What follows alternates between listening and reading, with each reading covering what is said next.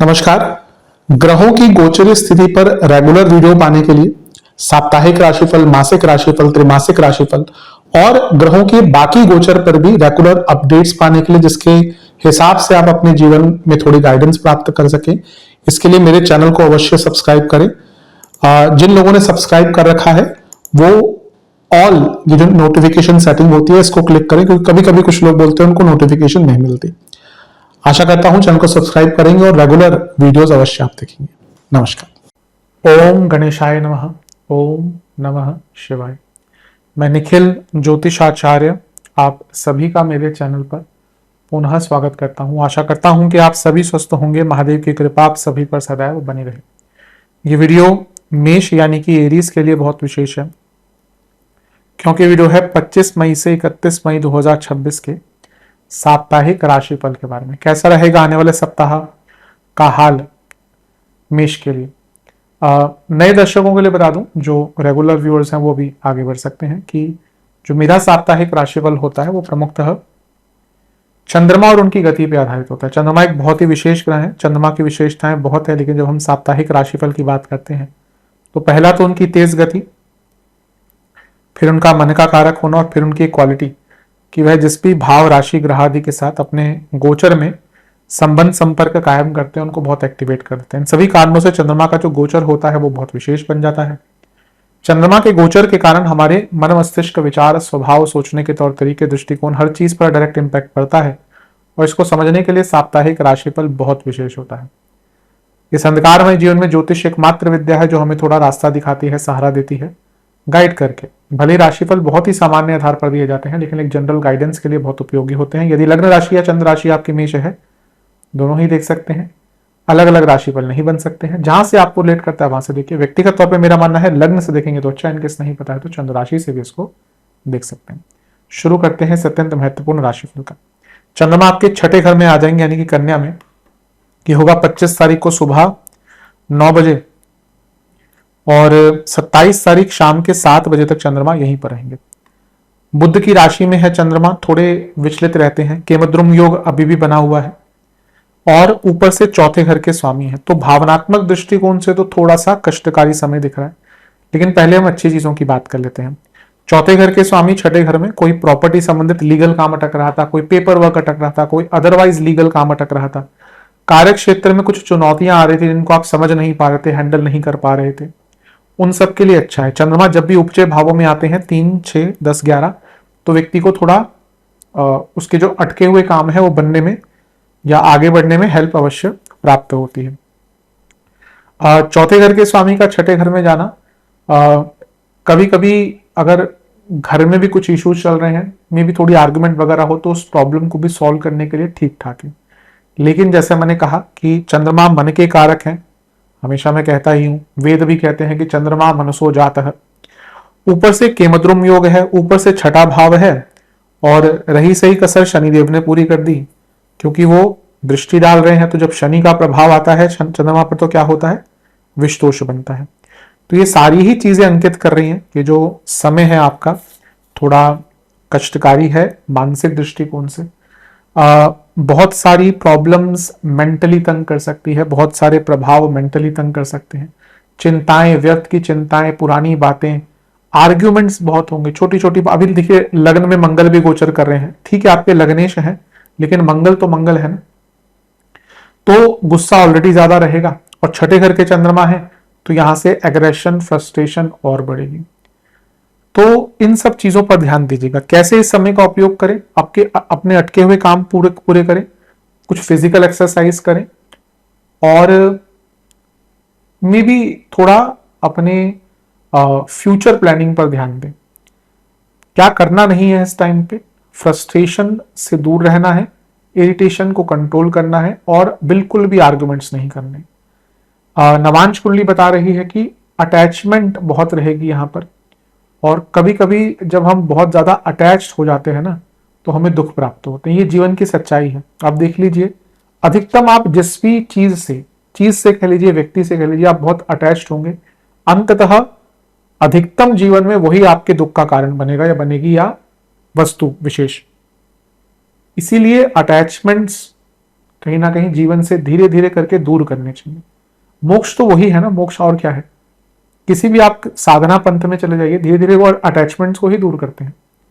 हम अटैचमेंट से घिरे हुए हैं, इसलिए हम परेशान रहते हैं।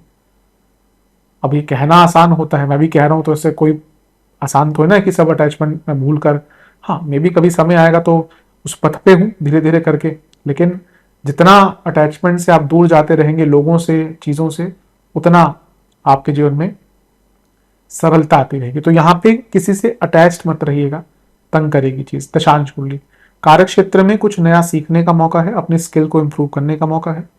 बिजनेस में कुछ नुकसान हो सकते हैं, लेकिन अच्छी चीज है कि कभी कभी एक वेकअप कॉल मिल जाता है कि भैया छोटा मोटा नुकसान हुआ लेकिन एक बड़े नुकसान से बचा जाता है, तो वैसा टाइम है। लव लाइफ में देखिए ट्रस्ट इश्यूज दिख रहे हैं, एक दूसरे पर विश्वास तो करना पड़ेगा। अगर कोई कारण मिलता है विश्वास ना करने का, वो अलग बात है। वैवाहिक जीवन, हार्मनी बनाकर रखिएगा क्योंकि झगड़े होने की संभावना बहुत ज्यादा है। स्टूडेंट्स, आप थोड़ा सा ना बड़ा सोचिए। अभी लगता है जब हम अपने आप को बहुत सीमित कर लेते हैं ना, हमारी सोच सीमित हो जाती है तो हमारे कर्म भी सीमित हो जाते हैं, ये सत्यता है। सोच हमेशा बड़ी रखिए। सेहत, पेट की प्रॉब्लम, कफ विकार, नसों की प्रॉब्लम, न्यूट्रिशनल डेफिशिएंसीज। सर्वाष्टक में चौथा घर बली है, थोड़ा भावनात्मक दृष्टिकोण से तो ये हफ्ते का शुरुआती भाग तंग करेगा। 27 तारीख शाम के 7 बजे चंद्रमा आ जाएंगे आपके 7वें घर में यानी कि तुला में, और 30 तारीख सुबह के 7 बजे तक चंद्रमा यहीं पर रहेंगे। चंद्रमा का 7वें घर में आना न्यूट्रल होता है। आपके चतुर्थेश हैं, तो केंद्र के स्वामी जब केंद्र में आते हैं तो राजयोग बनता है, तो एक अच्छी चीज है।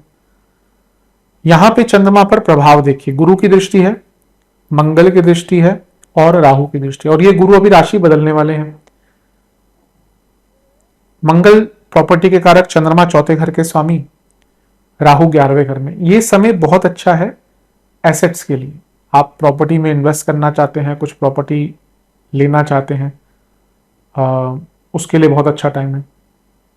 अभी कुछ इकोनॉमी ऊपर नीचे हो रही है, कभी कभी इस टाइम पे कुछ अच्छी डील्स भी मिल जाती हैं प्रॉपर्टी के हिसाब से भी। किसी को कोई प्रॉब्लम आई, ऐसा होता है ना कि कोई किसी व्यक्ति को अपनी प्रॉपर्टी अचानक से बेचनी पड़ गई, तो जो व्यक्ति एसेट्स वृद्धि के लिए देख रहे थे उनके लिए टाइम बहुत अच्छा है। और वैसे भी धन की प्राप्ति, क्योंकि राहु 11वें घर से देख रहे हैं, आपके लक्ष्मी भाव के स्वामी गुरु भी देख रहे हैं, और मंगल लग्नेश, तो बिजनेस हो या अपना काम हो उसमें धन की प्राप्ति दिख रही है, एसेट्स वृद्धि दिख रही है, और यहाँ पे भरपूर अपॉर्चुनिटीज जीवन में आपको प्राप्त होंगी।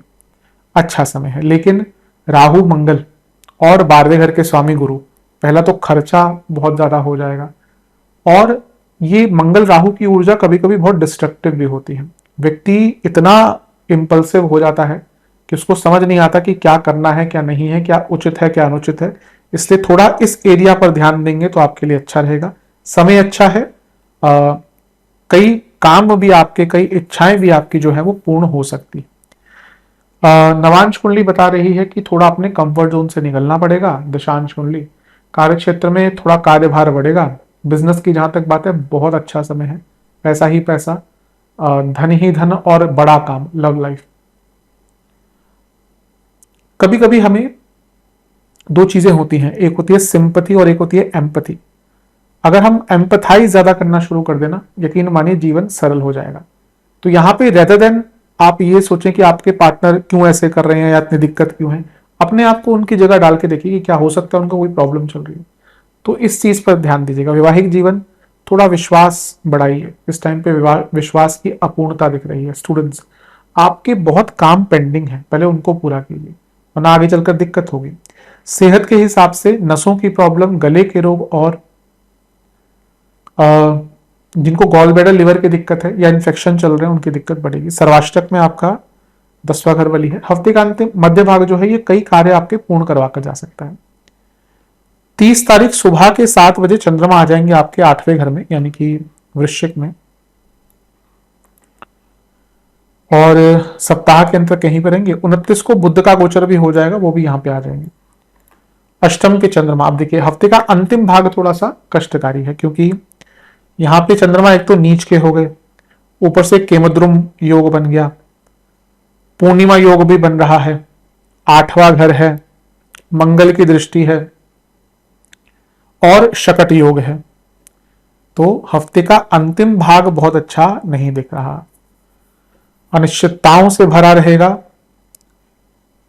मानसिक अशांति, कंपैरिजंस, गलत इन्फ्लुएंस, अविश्वास, अपने ऊपर विश्वास धूमिल रहेगा। मंगल का प्रभाव भयंकर गुस्सा, सूर्य का प्रभाव ईगो क्लैशेस, और शकट योग यानी कि काम अटकना, और केमद्रुम योग। तो चंद्रमा को बिल्कुल भी रिलीफ नहीं है हफ्ते के अंतिम भाग में। भाव अगर कभी कभी अच्छा हो जाता है ना तो थोड़ी चीजें बच जाती है। अब यहाँ पे भाव भी एक ऐसा है जो ट्रबलसम है। तो आई थिंक हफ्ते के अंतिम भाग में तो आपको बहुत केयरफुल रहना है। धन का नुकसान भी हो सकता है, शारीरिक नुकसान, क्योंकि मंगल का प्रभाव है। इवन एक्सीडेंट के योग यहां पर बनते हैं। मानसिक अशांति बहुत रहेगी। ज्यादा कंपैरिजन ना करें, किसी की बातों में बहुत ना आए, और अपने काम से काम रखें। जितना यहाँ पे साधना युक्त रहेंगे उतना आपका जीवन अच्छा रहेगा। नवांश कुंडली बता रही है कि अपने जीवन को यहाँ पे एक फ्लो में रखिएगा। जहां आपका फ्लो टूटा वहीं 2-2.5 दिन बर्बाद। दशांश कुंडली, कार्य क्षेत्र में प्रेजेंट में रहिएगा। कुछ लोगों की जॉब पर बात बन सकती है, यहाँ पे थोड़ा केयरफुल रहेगा। बिजनेस, बिजनेस के हिसाब से बहुत अनप्रैक्टिकल अप्रोच रहेगी, इसलिए कोई अलग काम नहीं करना। लव लाइफ, मौन व्रत रख सकते हैं तो सबसे अच्छा है, वरना झगड़े होंगे। वैवाहिक जीवन, अगर थोड़ी कहा सुनी हुई है रिसेंटली तो थोड़ा चीजों को सुधारने का मौका मिलेगा, लेकिन आपको अपनी वाणी में बहुत सौम्यता रखनी पड़ेगी और एटीट्यूड में भी। स्टूडेंट्स, आप थोड़ा सा ना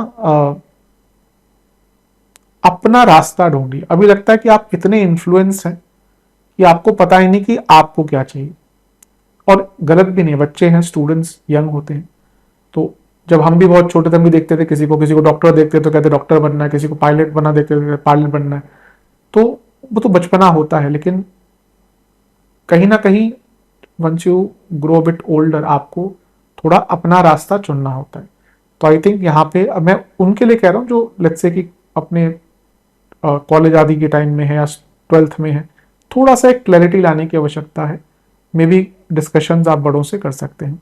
सेहत के हिसाब से हड्डियों की प्रॉब्लम, पेट के रोग और बीपी के इश्यूज, स्पेशली जिनको लो बीपी है। वैसे मेष वालों को ज्यादा हाई बीपी का ही प्रॉब्लम होता है, लेकिन अगर किसी को लो बीपी के इश्यूज हैं थोड़ा सा ध्यान दें। सर्वाष्टक में आपका लगन ही बली है, उत्सुकता से बचें। उपाय के स्वरूप में बजरंग बली को एक केसर का तिलक लगाएं और ओम हनुमते नमः मंत्र का 21 बार जाप करके बर्फी का भोग लगाएं महावीर को।